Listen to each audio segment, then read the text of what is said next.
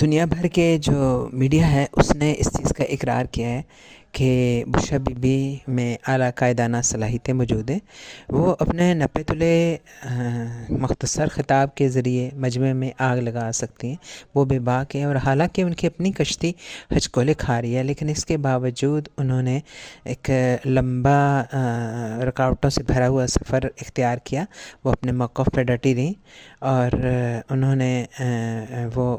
بھاگنا انہیں پڑا، انہیں چھوڑ کے جانا پڑا ڈی چوک، لیکن اس میں ان سے زیادہ ہمیں